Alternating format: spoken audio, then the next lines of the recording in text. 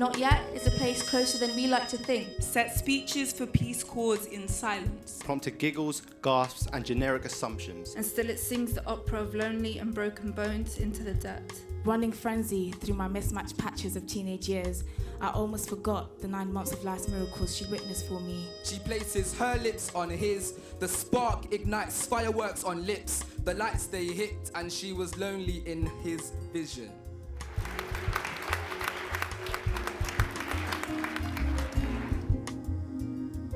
Poetry is really one of those few forms where our young people can stand up and express themselves and talk about their fears, their dreams, their aspirations, their goals, their desires, and have an audience go, wow, that was actually really cool. I'm 2 to the 3. I'm the crime that comes before the not guilty plea. I'm the years of work for a pointless degree.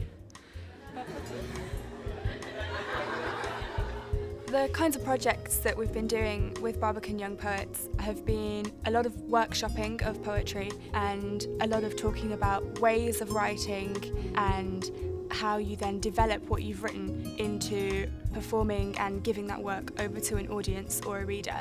We've been coming here fortnightly, spending time with other poets, getting to know other people's styles, getting to understand different dynamics of poetry. This strange strain for gain and insane aim to make what you make be what you bank and take rather than what you give.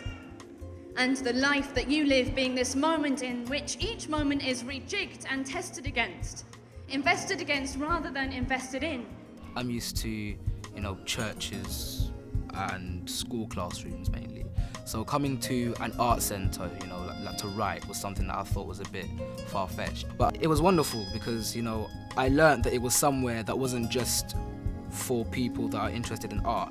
It was somewhere where people could just come and enjoy things. Now imagine the imagination was the Montagues and the Capulets were a blank canvas. So there's no consummation of their deed. Thus, creativity is never conceived, so art remains a Shakespearean abortion. Until very, very recently, I've seen myself as a page poet, and when I give my work over to an audience, I stand up with a piece of paper and I read. And what Barbican Young Poets has helped me to do is to not only communicate better with that audience, but also just to come off the page completely, put the book down, and just give the poetry from here. I was born wheels already turning.